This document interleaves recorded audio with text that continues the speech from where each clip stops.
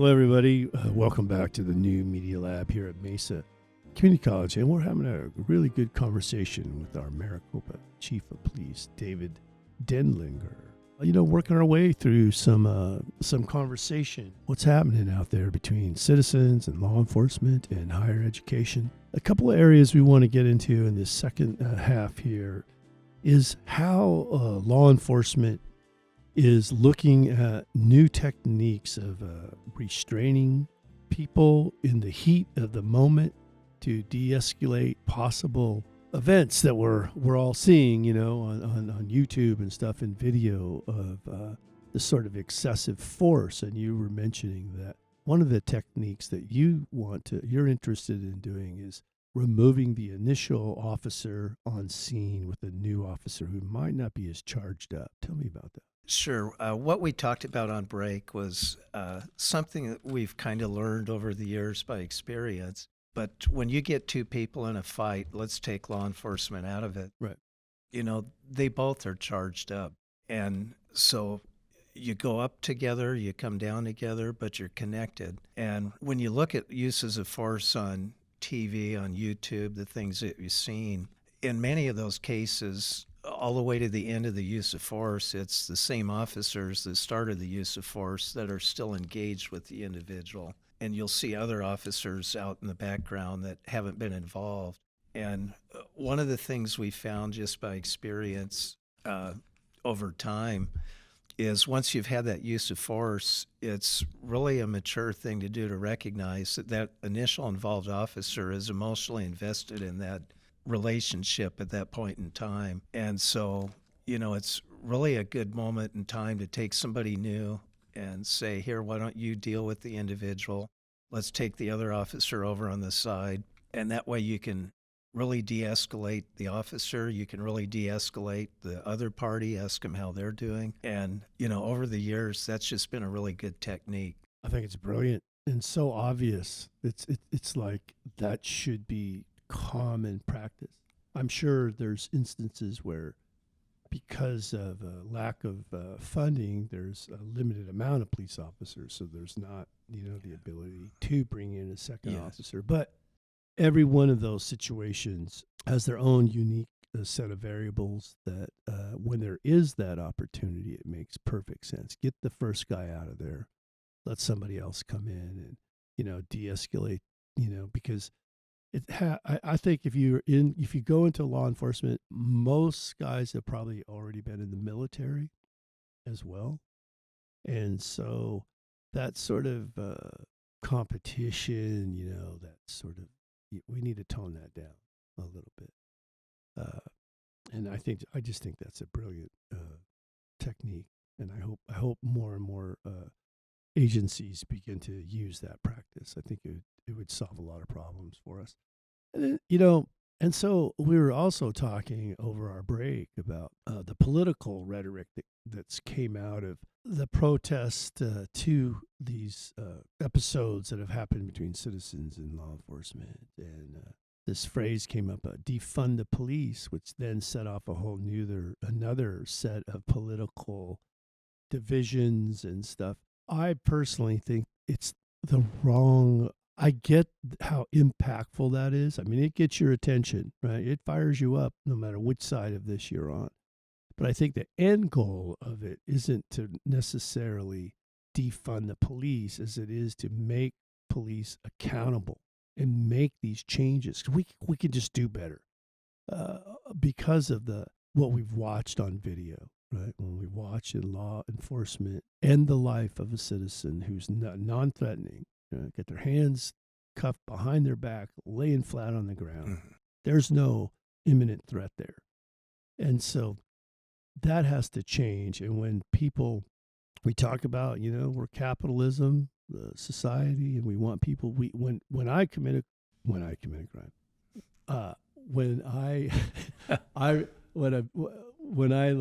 when they had those speed lamp things up on the freeway, I got a couple of tickets on my motorcycle, and it's like, I was going. I didn't even realize I felt like I was going with the flow of traffic, but now I owe the government money Right. So now they want in my pocket. It wasn't about being safe or like nothing happened, but they want my money, my hard earned money, for something that a camera, there wasn't even an office there to see. And I mean, how do I know? The camera, right? So, when people see officers doing the same thing, they want to get in their pocket. I understand that dynamic. I just think we have to take it to the next level as we talk about. Uh, have you had reaction from your folks around this term defund the police, or you have any thoughts around? Well, it's been a hard year for law enforcement as well in terms of morale Yeah. with having everything projected on everybody. When you hear the term defund the police, obviously, I don't know of any police that are going to say, yeah, let's do that. Yeah, right. But, and then I think you get into a big debate over what is defund the police. You can see with crime statistics, if you get rid of the police, who's there to protect the public. Some of the people I've heard say defund the police, and maybe they're talking about shifting funds to more social workers and things like that. Certainly, there's room for discussion of other approaches to certain types of calls. But unfortunately, in the environment the police have right now, they don't have those resources. Right. So they do get called to take care of those types of calls. So in defunding the police, and we've got a very supportive community at Maricopa, this has exceeded my expectations in terms of a place to work. But when I get asked what would it look like to defund the college police, without even speculating, let me go back to prior to 2012. You would call the local police, they'd take a report, but they wouldn't investigate it. And so we would be right back to that, where there'd be no crimes being solved, no value added. We had campuses being hit by the same person. And so that's what it would look like to defund our campus police. Right. And I know right now we're in an unreal environment with COVID, but at some point there's going to be vaccines. We're going to have people back on campus. And so that's why our efforts really to do what we can do to improve our relationships, improve our transparency, where that's not even a conversation. People can be confident in what we're doing. Yeah. Do you have an online presence where people can come and read and learn about what your vision is for the law enforcement?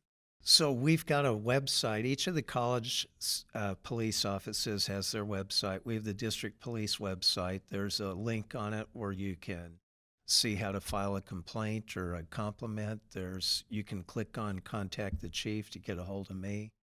And that's a big part of our transparency that we want to do this year, is to add things on there like people should be able to see our complaints for the year, our uses of force.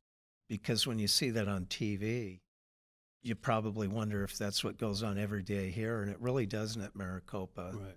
We had a total of 2 complaints last year. One was on a non-police officer, one on a police officer. And so we don't garner that type of complaints or activity, but because we haven't been transparent, people wouldn't know that. So Right. that's part of what we're going to be doing different now, is do an annual report to the district with uses of force and complaints and different achievements, have that on the website, and then have a transparency page. Yeah. Excellent. Excellent work, sir.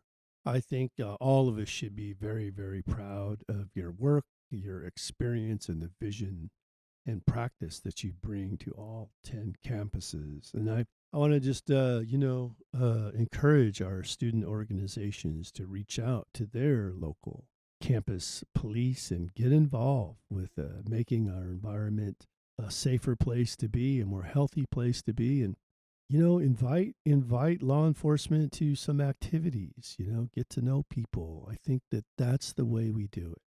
We change it by humanizing one another and not being us against them and all of that. And in every area of Maricopa that I've been doing these podcasts, the research behind the podcast, whether it's faculty or administration or law enforcement, or we're going to start getting into some private business partnerships here in December.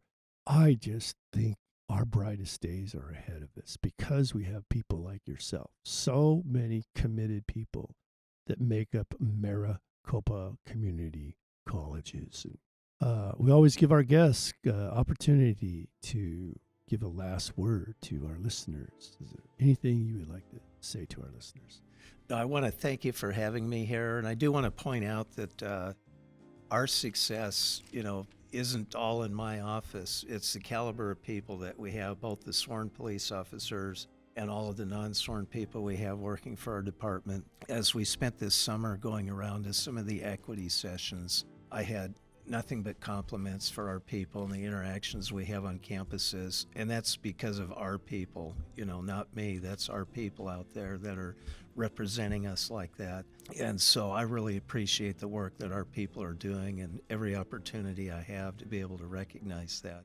But we really do want to be part of our campus communities. That's our commitment. And our opportunity here with you today is just part of our being able to launch that. So thank you for having me. Well, we thank you for being here. We want to tell everybody out there to take care of each other. And in my dad's language, they say, Dona doko hunt ye, hawa, we'll see you again.